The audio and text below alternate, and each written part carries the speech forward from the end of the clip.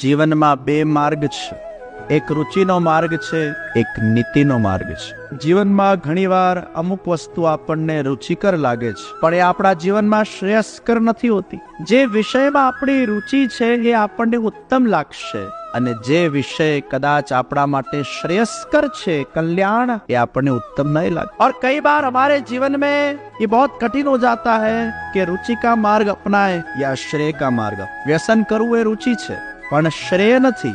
વ્યસન કરનાર વ્યક્તિને પણ ખબર છે કે વ્યસન કરવું એ મારી રુચિ છે, હું એને છોડી શકતો નથી, એ મને ઉત્તમ લાગે છે, પણ એ મારા માટે શ્રેયસ્કર નથી. સંસારનો ભોગ કરવો એ રુચિકર લાગે છે, પણ આપણા આત્માને ખબર છે એ શ્રેયસ્કર નથી. સંસારના અંદર આસક્ત બનીને કેવલ ભૌતિક જીવનને જીવવું એ રુચિકર લાગે છે, શ્રેયસ્કર. અને જે વ્યક્તિ શ્રેય માર્ગને અપનાવે છે એને સેક્રિફાઈસ કરવું પડે છે એની રુચિનો, અને જે સેક્રિફાઈસ કરી શકે છે એ જ વ્યક્તિ એ કલ્યાણના પથ પર આગળ વધી શકે.